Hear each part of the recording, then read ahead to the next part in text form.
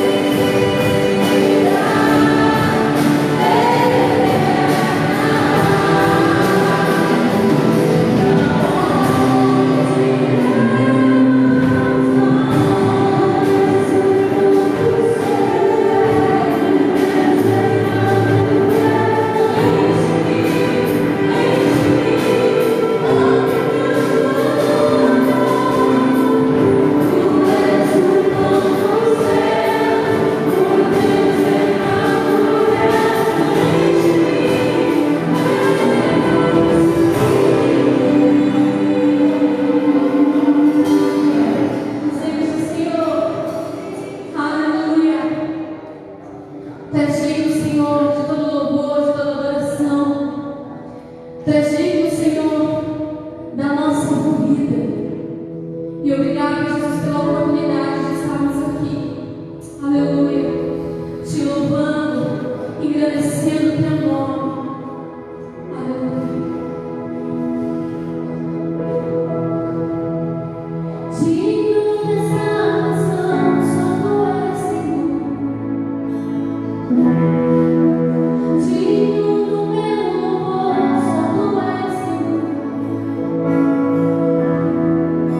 Digno da minha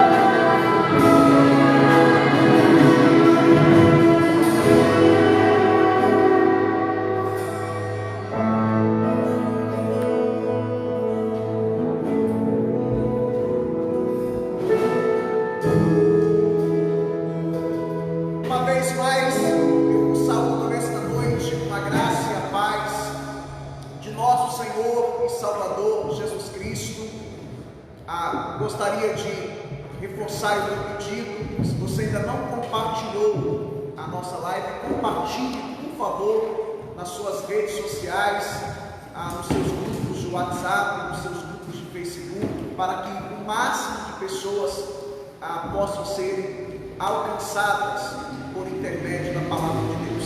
Eu gostaria de convidar aqui o meu amigo, o presbítero Denilson. Ele vai trazer uma palavra de 5 minutos e na sequência eu já estarei trazendo a mensagem final da palavra de Deus, a pregação final. Mais uma vez, cumprimento a todos com a paz do Senhor. Irmãos, estamos passando por um período difícil, essa pandemia, e eu creio que tudo isso está acontecendo, irmão, no propósito de Deus. Jesus está avisando o povo que Ele está voltando, e o povo não acorda, né? Aí tem uma passagem em Mateus, capítulo 24, versículo 36 a 38, diz assim a palavra do Senhor. Foi assim na época de Noé: casavam-se, davam-se em casamentos, bebiam e comiam, até que veio o dilúvio e acabou, né, com aquele mundo. Então hoje está sendo diferente. Jesus está voltando, Ele está avisando o povo, e está aqui na época de Noé, né? Então que nessa noite, irmão, você que ainda não teve um encontro com o Senhor Jesus, peço a Deus, né, em nome de Jesus, que nessa noite você venha abrir o teu coração para o Senhor e venha entender essa palavra. Jesus está voltando e o povo não acorda, estão brincando, né? Estão casando, bebendo, né? Fazendo tudo aquilo que não agrada ao Senhor. Ele vai voltar a hora que a gente menos esperar. Aproveite essa oportunidade nessa noite de aceitar Jesus no seu coração, amém? Quero deixar uma palavra para os irmãos que se encontram no livro de João, capítulo 14, versículo 6. Essa palavra é conhecida, né, no meio cristão, graças a Deus que é conhecida no nosso meio, porque nós lemos a Bíblia, participamos de culto, procuramos sempre aprender mais do Senhor Jesus. Essa palavra diz para nós assim nessa noite: disse-lhe Jesus: eu sou o caminho, a verdade e a vida, e ninguém vai ao Pai senão por mim. Irmãos, o próprio Senhor Jesus está falando aqui para nós nessa noite que Ele é o caminho. E muitas das vezes pessoas, devido à situação que está acontecendo nesse mundo, estão procurando caminhos diferentes. Não existe vários caminhos. Aqui a palavra do Senhor disse para mim e para vocês que Jesus, Ele é o caminho. Não tem atalho, irmão, para você chegar até o Senhor. Não existe outros caminhos. É mentira, é enganação. Quantos falam: tem vários caminhos, leva a gente para o Senhor. Não tem como, não existe isso. Mostra para mim na palavra do Senhor, na sua Bíblia que você tem na tua casa, que onde vários caminhos vai levar você para o Senhor. Ele fala que Ele é o caminho e Ele é a verdade. Jesus é a verdade. Fora disso é tudo mentira, é enganação, é falsidade. O próprio Senhor Jesus está falando aqui para mim e para você nessa noite. Abra o seu coração pela palavra nessa noite. Depois Ele diz também que e Ele é a vida. E essa vida que Ele diz aqui não é a vida eterna. É a vida que aqueles que, quando morrer, Jesus vai vir buscar, quando Ele voltar para buscar o teu povo. É essa vida que Ele quer dizer para você nessa noite. Ele é a vida. Tem uma passagem que eu deixei aqui para os irmãos também nessa noite. Se encontra aqui no livro de João mesmo, no 11. No 11, 25 diz assim: disse Jesus: eu sou a ressurreição e a vida. Quem crê em mim, ainda que esteja morto, viverá. Olha o que o Senhor Jesus disse aqui para mim e para você nessa noite: que Ele é a ressurreição e a vida, que quem crê em mim, ainda que esteja morto, viverá. É isso que eu quero dizer para você na noite. Aqueles que estão mortos, quando Jesus retornar, Ele vai buscar os santos dele. Só há salvação, só há vida eterna, porque está em Cristo Jesus. Fora disso, infelizmente, não há. E você nessa noite vai ter a sua oportunidade de ter esse encontro com o Senhor. Você que ainda não aceitou Jesus, que não teve essa oportunidade, hoje Jesus está batendo na porta do teu coração e está fazendo um convite para você nessa noite. Há tempo ainda para a sua vida. Jesus está voltando, Jesus está à porta. Para de brincar com o Senhor, né? Vamos nos afirmar no caminho do Senhor, porque Ele é o caminho, Ele é a verdade e a vida, não tem outro caminho. Ele fala assim que Ele é a ressurreição e a vida, que quem crê em mim, ainda que esteja morto, viverá. Quando ele vier buscar o povo dele, aqueles que estão mortos, irmão, vai subir com ele. Eu quero pegar uma brecha aqui também nessa palavra, para você que está morto espiritualmente nessa noite, que está desanimado, né? Porque eu sei que os tempos têm sido difíceis, realmente tem sido mesmo. E graças a Deus que a gente tem o Senhor. E as pessoas que não têm, né? A gente tem o Senhor. Quero fazer para você um convite nessa noite. Abra o teu coração. Você que está aí morto espiritualmente, que está desanimado, que está cansado, né? Eu quero dizer uma coisa para você: essa pandemia ela vai passar. Eu creio em nome de Jesus. Ela vai passar, né? Mas tudo isso está acontecendo para quê? Para a gente poder nos fortalecer no Senhor, que nós possamos cada dia mais estar na presença dEle. É isso que eu quero dizer para você nessa noite. O amor de Deus é tão grande para mim e para você, que Ele fala em João 3,16, que Ele amou muito a maneira de Deus, seu Filho unigênito, para todo aquele que nele crê, não pereça, mas tenha a vida eterna. Olha o que Deus faz por mim e por você. Ele deu o seu próprio Filho por nós. Ele está nos ensinando essa noite que Jesus é o caminho para a salvação, que Ele é a vida eterna, que não tem outro caminho. Aproveita a oportunidade que você está tendo nessa noite. Eu não sei se você vai ter outro ainda. Eu não sei. Jesus pode voltar daqui 1 minuto, 1 hora, ou amanhã, eu não sei. É tempo de nós fazer um concerto com o Senhor. Nós podemos cada dia mais nos aperfeiçoar, buscar mais o Senhor. Tem umas palavras que o pastor fala que eu gosto muito. Ele fala assim: não sou o que eu queria ser, mas o homem que eu era já não sou mais. Isso eu trago de exemplo para a minha vida. Quem eu sou, graças a Deus, não sou mais. E eu procuro cada vez ser melhor. Erro, sou falho, como qualquer outro ser humano é também. Mas a gente tem que buscar sempre a perfeição, sermos cada vez melhor. E hoje Jesus está dando uma oportunidade para você nessa noite. Agarre essa oportunidade. Eu creio que até o final desse culto, se você se entregar a vida para o Senhor, Deus vai te abençoar muito. Amém? A Senhor agradeça a oportunidade em nome de Jesus.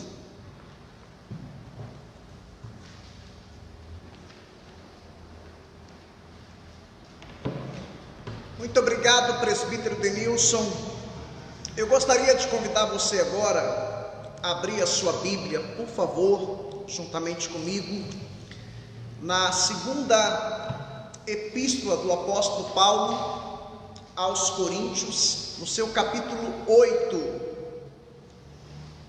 versículos 10, 11 e 12. Segunda epístola do apóstolo Paulo, capítulo 8, versículos 10, 11 e 12. Nós estamos numa série de pregações falando sobre generosidade. E estamos trabalhando este texto, 2 Coríntios, capítulo 8 e 2 Coríntios, capítulo 9. Ou melhor, estamos trabalhando com este texto. Muito bem. Assim diz a palavra do Senhor nosso Deus: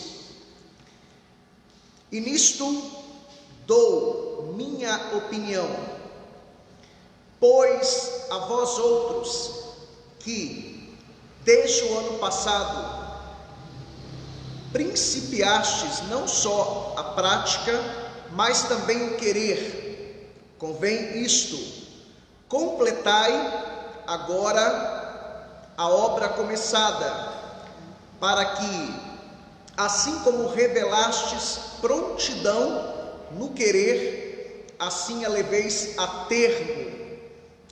termo segundo as vossas posses.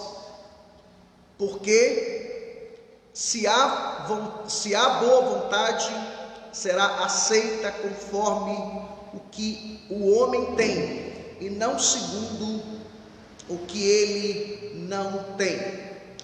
Meus amados irmãos e queridos ouvintes da palavra de Deus, o apóstolo Paulo, ele está tratando aqui nos capítulos 8 e 9 a respeito de uma contribuição voluntária, ou seja, uma oferta voluntária para os irmãos pobres de Jerusalém.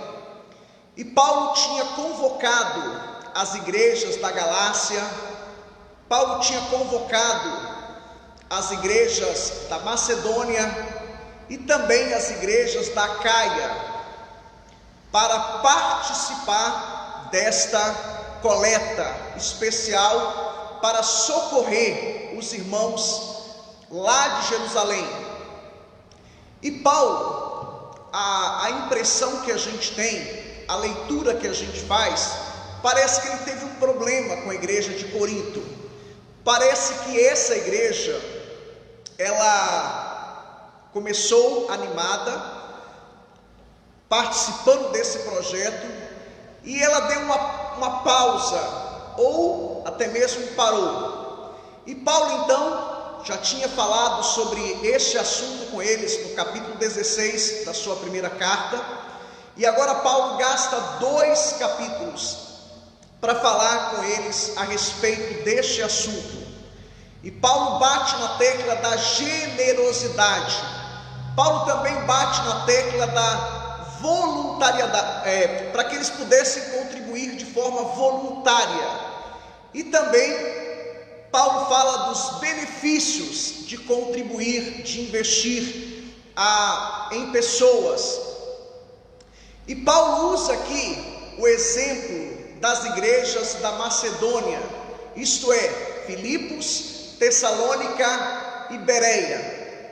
E Paulo fala como que estes irmãos contribuíram.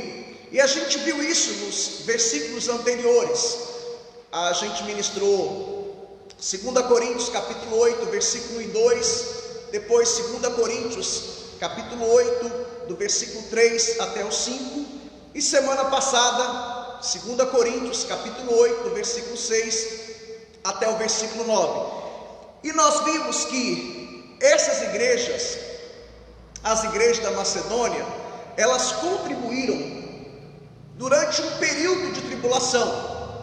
Elas estavam passando por tribulações, estavam sendo perseguidas pelos judeus daquelas cidades, e mesmo assim eles contribuíram de forma voluntária. Eles contribuíram também apesar da grande pobreza. E a ideia de pobreza é a ideia de extrema pobreza. Ou seja, os irmãos de Filipos, Tessalônica e Bereia, na sua grande maioria, eram irmãos pobres, muito pobres. Eles em vez de receber, eles preferiram dar. Paulo também diz que eles contribuíram com extrema alegria. E a ideia de contribuir com alegria aqui no grego é a ideia de contribuir com entusiasmo, com prazer, com alegria.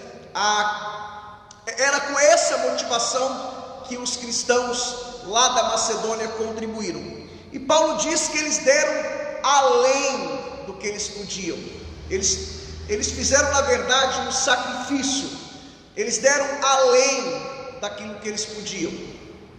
E eles contribuíram também de forma voluntária. E semana passada a gente viu que para eles, para os cristãos da Macedônia, contribuir era um privilégio, era uma graça, era uma honra poder ajudar irmãos, pessoas necessitadas.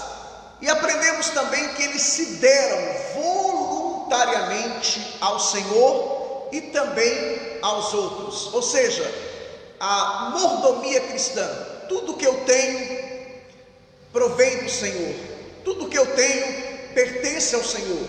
Eu sou apenas um mordomo, um gerente. Eu estou administrando algo que pertence a outrem. E eles se deram voluntariamente, não somente ao Senhor, mas também aos outros. Isto é, exemplos de altruísmo. Então hoje, tendo dito isto, eu queria chamar a sua atenção para os versículos 10, 11 e 12 do texto que nós acabamos de ler. Olha o que Paulo diz aqui no versículo 10: e nisto dou a minha opinião. Lembra que eu falei semana passada que Paulo, no tocante a alguns assuntos, ele dá uma ordem, ele convoca, ele usa a sua autoridade apostólica, mas no tocante a outros assuntos, ele faz um apelo, um pedido.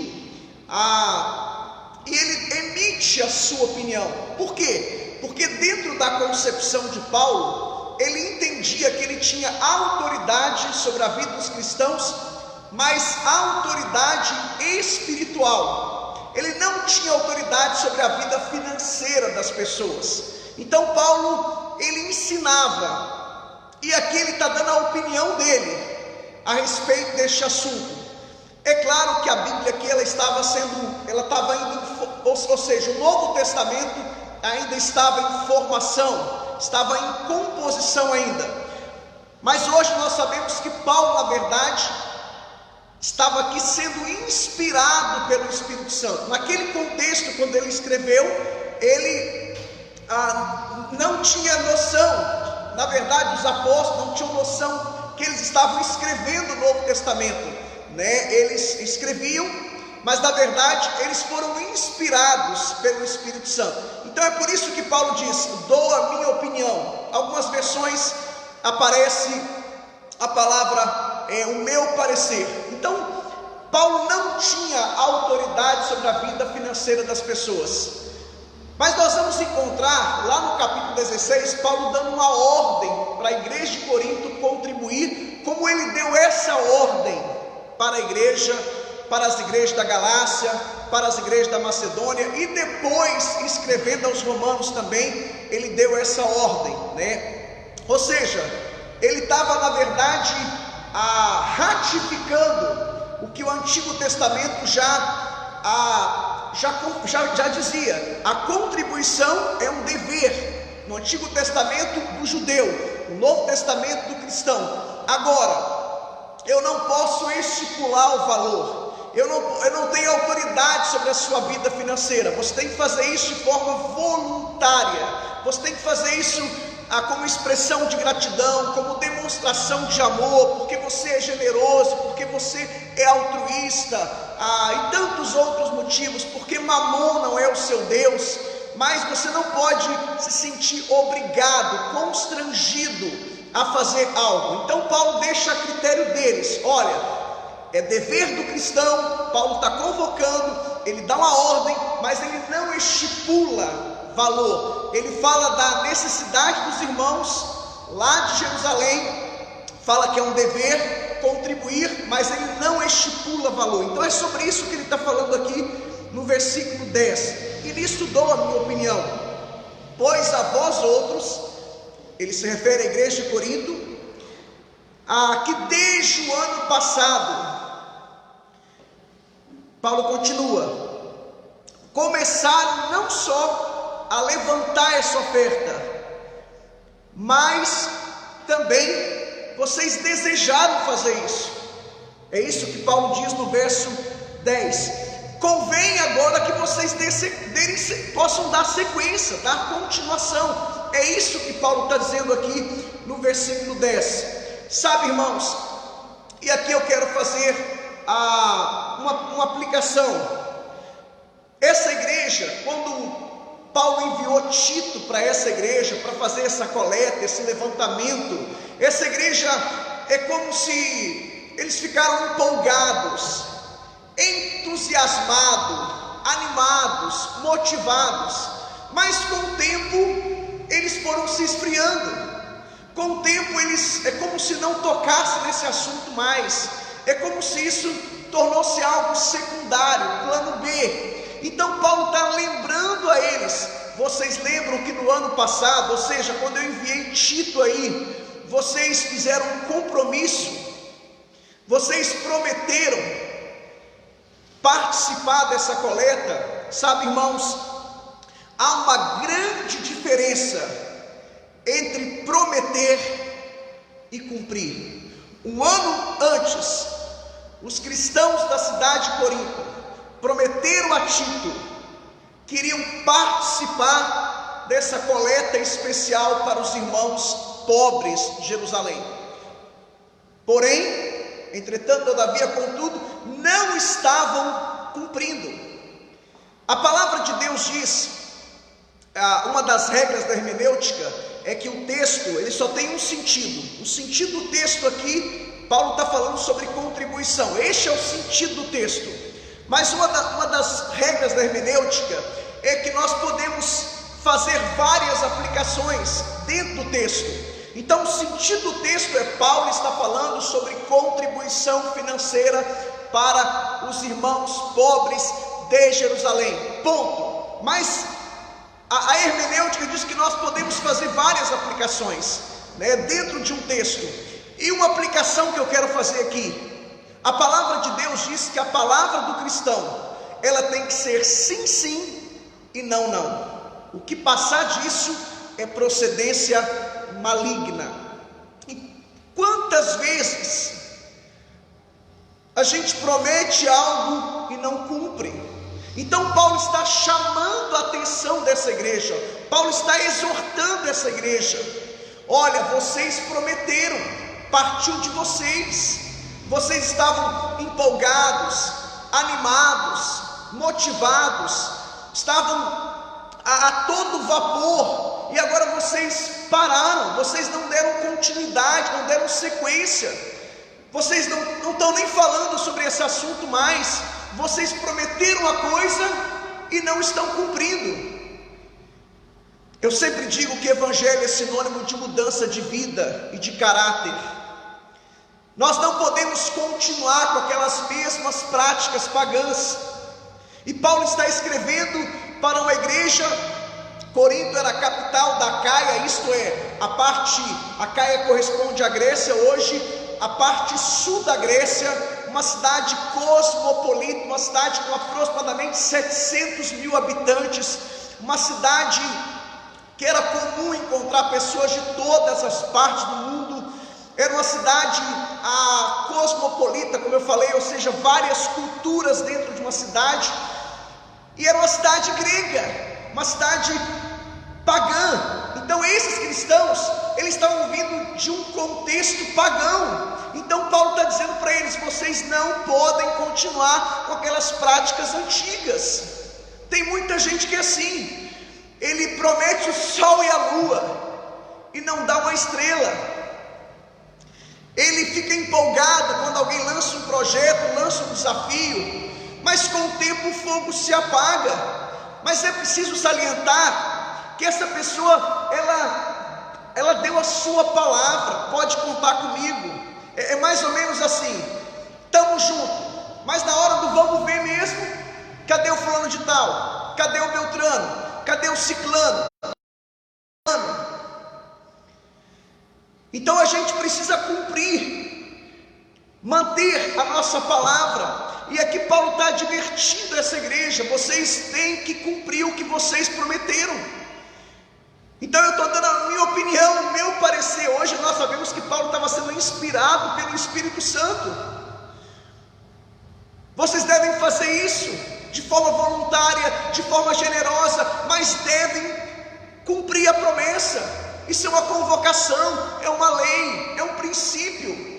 É claro que Paulo aqui, ele estava falando também de 1 Coríntios capítulo 16, quando Paulo, escrevendo a parte final da sua carta, ele é como se fosse um protocolo, é como se fosse como que aquela igreja deveria contribuir. E se você puder, abra comigo a sua Bíblia aí, em 1 Coríntios capítulo 16, volte algumas folhas da sua Bíblia, por favor, aí, capítulo 16, versículo 1 e 2, olha o que Paulo diz aqui, capítulo 16, versículo 1 e 2, no tocante à coleta aos santos, fazei vós também, como ordenei às igrejas da Galácia. Versículo 2, no primeiro dia da semana, isto é, domingo, cada um de vós ponha de parte em casa, porque as igrejas se reuniam nas casas, ainda não existia essa nomenclatura, essa estrutura de templo, só após a conversão de Constantino, conforme a sua prosperidade, e vá juntando, para que se não façam coletas enquanto eu não for. Então note você que Paulo aqui, ele dá uma ordem, no versículo 1, para recolher essa oferta. Por quê? Porque para o apóstolo Paulo, contribuir a uma igreja necessitada era um privilégio e uma questão de comunhão cristã. Esse era o conceito de Paulo. Para ele contribuir era um privilégio, era uma honra, era uma graça e era uma questão de comunhão cristã. Como que eu sei que eu tenho comunhão com meu irmão? Até porque a palavra comunhão no grego é a palavra koinonia, e essa palavra ela sofreu uma evolução, aquilo que a gente chama em língua portuguesa de semântica. E essa palavra hoje, quando a gente fala comunhão, a gente deduz o quê? Estamos juntos. Só que comunhão no grego, na língua grega, era colaborar, era contribuir, era participar, era estender a mão. Então, para Paulo, isso fazia parte da comunhão cristã. Então, Paulo aqui no versículo 1, ele está dando uma ordem. E Paulo ainda usa o exemplo das igrejas da Galácia. Paulo usa o exemplo dessa igreja, Antioquia da Psídia, Icônio, Listra, Derbe. Paulo diz: fazei vós também o mesmo que ordenei às igrejas da Galácia. Por quê? Parafraseando o que Paulo estava dizendo aqui, o cristão ele tem o dever de contribuir sempre que houver uma necessidade. Paulo diz: eu ordenei não só as igrejas da Galácia, então vocês devem fazer o mesmo.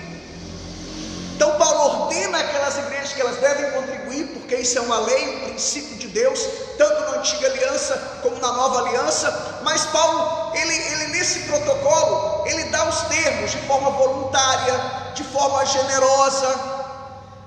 E Paulo fala daquilo que Deus vai fazer. A gente vai ver isso nas próximas pregações. Paulo falando que quando a gente investe na obra de Deus, no reino de Deus, isso é como se fosse um agricultor, um lavrador lançar sementes. Não só ele vai colher, como outros também irão colher. E Paulo continua. Olha o que ele diz no versículo 2. No versículo 2 ele está falando sobre que a gente deve contribuir de forma regular. Olha o que ele diz no verso 2: no primeiro dia da semana, cada um de vós ponha de parte em casa conforme a sua prosperidade. Então no versículo 2, Paulo está falando que nós devemos contribuir de forma regular. E Paulo diz mais, ele está declarando aqui que a oferta deveria ser feita no primeiro dia da semana, e o cristão deveria contribuir de forma sistemática e constante. Ou seja, se a igreja tem despesas regulares, devemos contribuir de forma regular, melhor dizendo. Se as pessoas necessitam de forma permanente, a gente tem que ajudar de forma permanente. Essa era a ideia de Paulo, porque isso faz parte da koinonia, da comunhão cristã. E Paulo diz mais: cada um de vós, no verso 2, ponha de parte o que puder ajudar. Paulo está convocando as pessoas a contribuir, não apenas os ricos, mas também os pobres. E Paulo está dizendo que eles deviam dar de forma proporcional, conforme a sua prosperidade. Ganha muito, dá muito. Ganha pouco, dá pouco. Na medida que a sua renda é aumentada, a sua contribuição também deve aumentar. Era isso que Paulo estava dizendo, de acordo com a prosperidade. Então, queridos, precisamos colocar essas verdades práticas em nossas vidas, seguir esses exemplos, este exemplo, melhor dizendo, das igrejas lá da Macedônia. Bom, tendo dito isso, eu queria chamar a sua atenção agora para o versículo 11. Olha o que Paulo diz aí no versículo 11 do capítulo 8. Paulo diz: completai agora a obra começada, para que assim façam isso com prontidão, da forma que vocês determinaram. Parafraseando, era isso que Paulo estava dizendo, era isso que Paulo estava dizendo, melhor dizendo. Irmãos, Paulo estava dizendo, olha, vocês começaram, agora vocês têm que terminar. Deixe-me fazer uma outra aplicação aqui. Paulo, na verdade, estava puxando a orelha dessa igreja. Termine o que vocês começaram.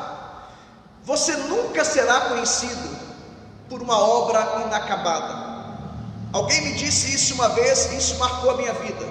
Alguém me disse, Fabiano, sempre que você começar algo, termine. Nunca deixe nada pela metade. Todas as pessoas que entraram para os anais da história, todas as pessoas que têm o seu nome na história, são pessoas que começaram algo e concluíram. Quantas pessoas começam e não terminam? Quantas pessoas deixam obras inacabadas? Nós temos aqui o Denilson, que é um pintor profissional. Já pensou, Denilson, você começar uma obra e deixar pela metade? Isso vai queimar o filme dele, isso vai fechar portas para ele. Isso se aplica a nós. Paulo está advertindo essa igreja: olha, vocês começaram, fizeram um propósito, aceitaram o desafio, ninguém obrigou vocês. É aquilo que lá em Minas Gerais a gente fala: o homem não é obrigado a tratar, mas tratou, é obrigado a cumprir.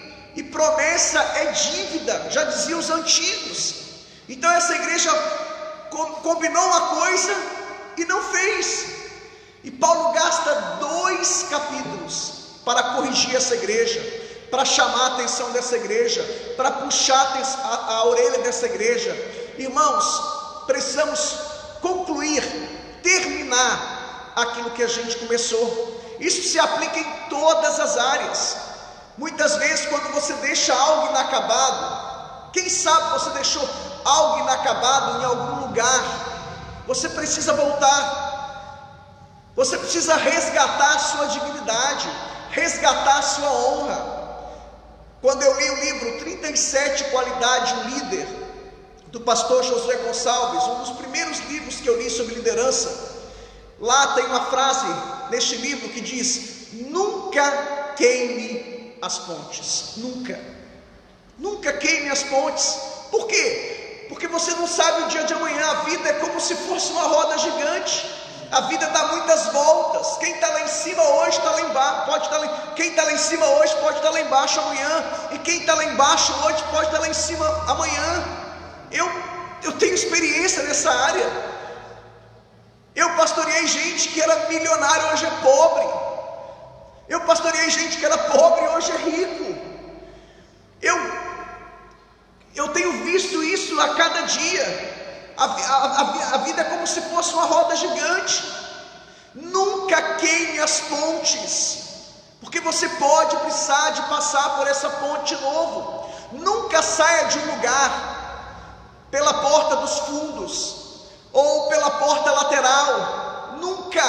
Sempre saia honrado, de cabeça erguida, pela porta da frente. Por quê? Porque se você precisar voltar um dia, você vai ser aplaudido, aclamado. Eu tenho tido experiências nessa área. Quando eu fui enviado para os Estados Unidos, e quando houve a necessidade de eu voltar para essa igreja me recebeu de braços abertos. Por quê? Porque para a glória de Deus, eu saí pela porta da frente. Saí honrado, abençoado, de cabeça erguida. E eu tive consciência que na minha primeira passagem aqui, Deus deixou isso bem claro para mim. Deus falou assim: você vai colocar a base, mas quem vai levantar as paredes será outro. E depois, quando eu voltei, Deus falou comigo: você vai restaurar. Essa é a missão que eu estou te dando agora. Como tem sido a sua vida? Pastor, eu entro pela porta da frente, saio pela porta do lado, pela porta dos fundos. Empregos. Quantas pessoas não param em emprego nenhum? Quantas pessoas começam algo e não terminam? Começam um curso. Eu me lembro quando eu comecei a fazer o meu curso de teologia, a 1996, Eu me lembro que a minha turma, salvo engano, umas 50 pessoas começaram o curso comigo, mas que concluíram só uns 10 ou 15 no máximo. Pessoa, quando ela está começando, ela está empolgada, animada, motivada, mas depois surgem situações, circunstâncias, casamento. Quantas pessoas casam com a motivação errada? É comprovado que paixão dura de 3 a 5 anos. E você pode observar que a maioria dos divórcios é com 3 a 5 anos. Por quê? Não tem aquela química, aquela paixão mais. E aí, o que sustenta o casamento em pé? Deus e o amor. Se você casou com a motivação errada, casei por paixão, meu querido, infelizmente, se Deus não interferir, o divórcio vai bater na sua porta. Casei por quê? Por amor, motivação correta.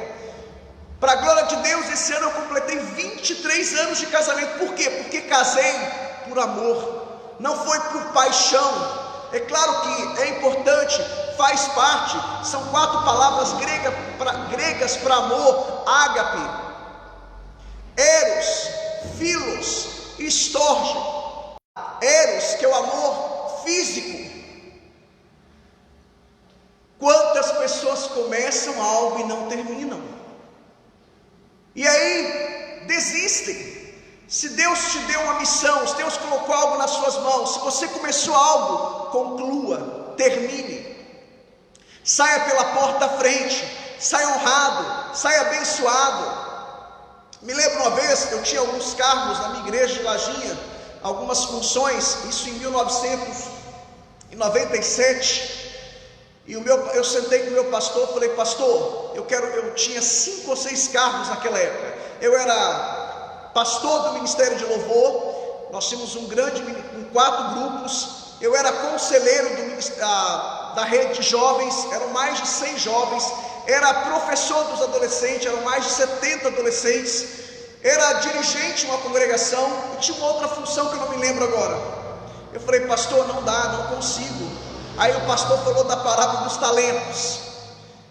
Aí o pastor falou assim: ó, para você passar a bola, na Bíblia, Moisés preparou Josué, Elias preparou Eliseu, Paulo preparou Timóteo, Jesus preparou os discípulos. Quem são os seus discípulos?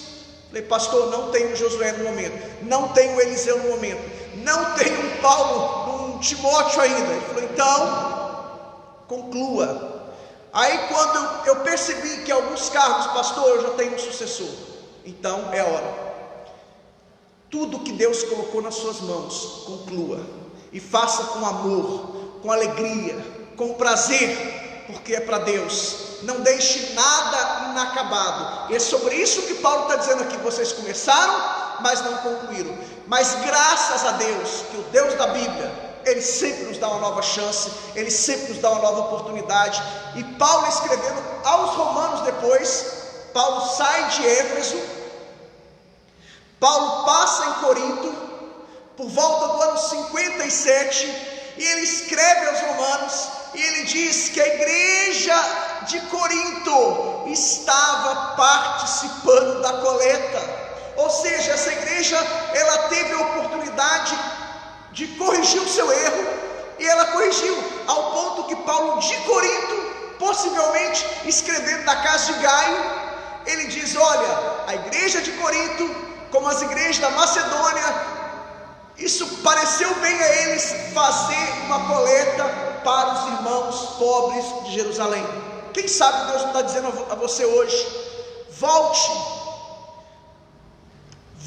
para reparar o seu erro, volte para limpar a sua sujeira, volte para corrigir os seus erros.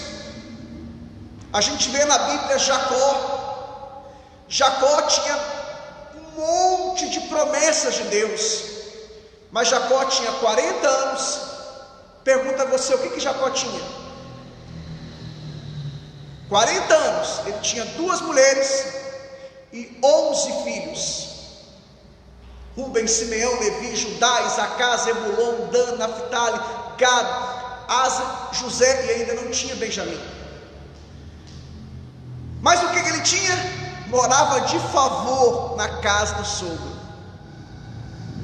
E ali Deus, ele faz um concerto com Deus no Vale de Jaboque, mas enquanto ele não voltou para retratar com seu irmão Esaú, Deus não o abençoou na sua totalidade, na plenitude. Tem muita gente que está como Jacó, tem promessa, tem chamado, tem vocação, tem dons, tem talentos, tem potencial, tem capacidade, mas enquanto não voltar para se retratar com Esaú, não vai receber a plenitude da bênção, a totalidade da bênção. Um outro exemplo, Caim andou errante pela terra, um fugitivo. Por quê? Porque quebrou uma ordem de Deus. Quem sabe você não está como Caim, andando errante, fugitivo, não para em lugar nenhum, não para em emprego nenhum, não para em igreja nenhuma, já está no 3º, 4º, 5º casamento. Sabe por quê? Porque você precisa fazer o que está lá em Apocalipse 2, lembra-te pois de onde caíste, volta, arrepende, corrige os seus erros. Quem sabe nessa noite, Deus não está me usando para falar para você, repare os seus erros, conclua o que você começou. Não sabemos os motivos, a gente trabalha lendo alguns comentários bíblicos hoje, ontem, durante a semana. Alguns comentaristas dizem que possivelmente essa igreja parou com a contribuição porque começou a dar ouvido a falsos mestres que estavam inflamando, envenenando a igreja de Corinto contra Paulo, dizendo que Paulo era um mercenário, um falso profeta. Quem sabe você tomou decisões erradas porque alguém te inflamou, porque alguém te envenenou, porque alguém disse coisas que não condiziam com a verdade. Mas Deus está dizendo a você, repara os seus erros, faça como Isaac, comece a reabrir os poços do seu pai, comece a reabrir os poços do seu pai Abraão, e comece a reparar os seus erros. Louvado seja o nome do Senhor. E eu concluo com isso. No versículo 11, Paulo diz que eles deveriam contribuir segundo as posses, isto é, segundo os recursos de cada um. Ou seja, você tem que contribuir conforme Deus te deu. Deus te deu muito, dá muito. Deus te deu pouco, dá pouco, mas de forma generosa e de forma voluntária. E eu queria concluir agora. Essa é uma das passagens que eu mais gosto, é o versículo 12, porque aqui eu vejo em alguns redutos chamados evangélicos um poder de manipulação, um poder de persuasão, e a pessoa tira da pessoa o que ela tem e o que ela não tem. Eu já vi apelos que falsos profetas dizendo, dá o que você não tem. E não é isso que Paulo ensina aqui no versículo 12. Olha o que Paulo diz no verso 12, melhor dizendo. Porque se há boa vontade, será aceita. A palavra aceita no grego aqui é a ideia de, vai ser como se fosse uma adoração a Deus. Será algo que vai dar prazer a Deus. Essa é a ideia da palavra aceita no grego aqui. Ou seja, se você faz isso com a motivação correta, com boa vontade, isso vai ser como se fosse um sacrifício, algo aceitável e que vai dar prazer em Deus. E Paulo diz mais, conforme o que o homem tem, e não segundo o que ele não tem. Parafraseando, Deus nunca vai te pedir algo que ele não tenha te dado antes, e Deus nunca vai pedir a você algo que você não tem, nunca. Se ele te pedir algo, se ele colocar algo no seu coração, se ele falar algo com você para ser usado como instrumento para abençoar fulano de tal, Beltrano, Ciclano, Herculano, querido, ele já te deu a condição, ele já te deu o recurso, e ele nunca vai pedir algo que ele não tenha te dado. Então Paulo está dizendo aqui, eu anotei até um comentário aqui de um comentarista, ele diz, o apóstolo Paulo quer que os cristãos doem, melhor dizendo, de forma generosa, mas não a ponto de sacrificar aqueles que são seus dependentes. Você não tem que sacrificar nada, você não tem que sacrificar a sua família. E eu vejo muitas pessoas tiram o leite das crianças, tiram o pão das crianças para dar para a igreja. Isso é errado. Me recordo das palavras de Paulo, lá em Gálatas capítulo 6, versículo 10. Paulo diz: façamos o bem a todos, mas principalmente aos domésticos da casa. Isso é uma prioridade. O cristão tem o dever de contribuir, de ajudar tudo e todos, mas Paulo fala de uma prioridade: primeiro os domésticos. Ou seja, não é justo eu tirar o pão das crianças, do Gabriel e da Nicole, embora o Gabriel já tenha 20 anos. Não é justo eu tirar o leite das crianças, dar o que eu não tenho para dar para alguém. Então a ordem é: primeiro sua casa, sua família, depois igreja, depois sociedade, porque a obra de Deus, a igreja, começa dentro da sua casa. E Paulo diz também em 1 Timóteo 5,8, e eu queria ler esse texto com você. 1 Timóteo 5,8, olha o que Paulo diz aí. 1 Timóteo 5,8: ora, se alguém não tem cuidado dos seus, e especialmente dos da própria casa, negou a fé e é pior do que o ímpio. Ou seja, o cara faz pelas pessoas de fora, mas não faz pelas pessoas de dentro. Eu sei de muitos casos. Eu morei nos Estados Unidos 4 anos, e eu, volta e meia, uma coisa que eu convocava os membros da minha igreja, eu sentava com eles e falava assim: e aí, está mandando dinheiro para o seu pai, para sua mãe? Não. Mas está gastando aqui na América o que tem e o que não tem. E durante o tempo que eu fiquei na América, porque lá é a terra do dinheiro, né? Aí eu mandava todos os meses $200 para minha mãe, ou mais ou menos, mandava para o meu sogro, porque a minha condição permitia. Ajudei várias pessoas para a glória de Deus, parentes, amigos. E eu via pessoas lá que queriam fazer pelos de fora, mas não fazia pelos de dentro. Isso é um cúmulo do absurdo. Eu sentava com as pessoas: ei, você está aqui comendo filé mignon, você está andando de carro top, porque lá tudo é comum, você frequenta os melhores restaurantes, e quanto é que você manda para sua mãe, para o seu pai, que estão comendo ovo no Brasil, estão passando dificuldade? Pastor, não estou mandando nada. Você é egoísta, você não é cristão de verdade. Negou a fé. É isso que Paulo diz. Primeiro os domésticos, primeiro a família. Primeiro eu faço pelos de dentro, depois eu faço pelos de fora. Esse é o princípio de Deus. E tem muita gente que é assim: ele faz pelos de fora, mas não faz pelos de dentro. O que falar de uma criança que sentou com o pai um dia e falou: pai, quanto é que o senhor ganha por hora? E o pai respondeu: ganho X por hora. Vamos pensar em 20, 25 reais.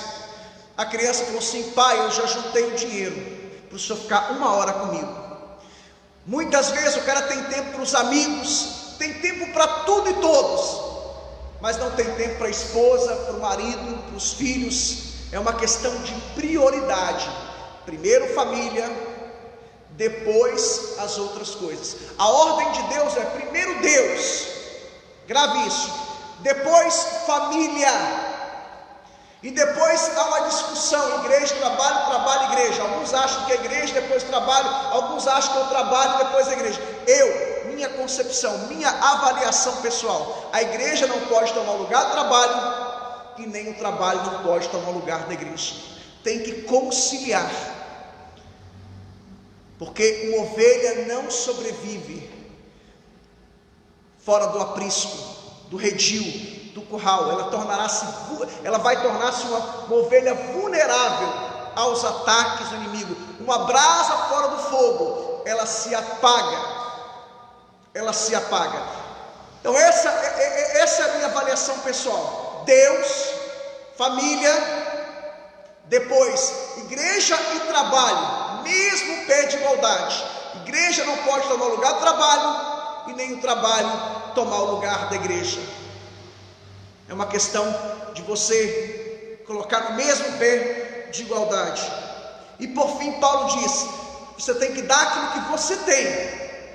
E Paulo diz que a gente não deve dar o que a gente não tem. Ou seja, os cristãos não precisam entrar em dívida, em débito, melhor dizendo.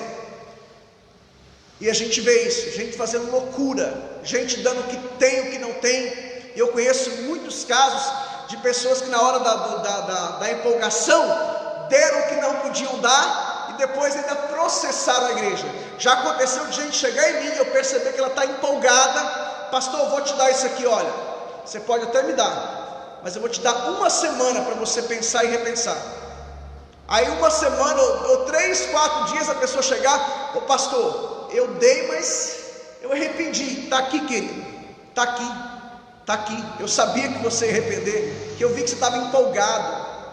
Então, queridos, Deus nunca vai te pedir algo que Ele não te deu, e Deus não quer que você faça sacrifício, loucura, como a gente vê em muitos redutos chamados evangélicos, pessoas fazendo loucura para querer agradar A, B e C, e dando com a motivação errada, fazer barganha, troca, toma lá da cá. Não, eu dou a Deus porque Ele já me deu, eu dou a Deus como expressão de gratidão, como demonstração de amor. Faço isso porque entendi que tudo que sou, tudo que tenho provém dele. Que Deus te abençoe. Ministério de Louvor com a palavra.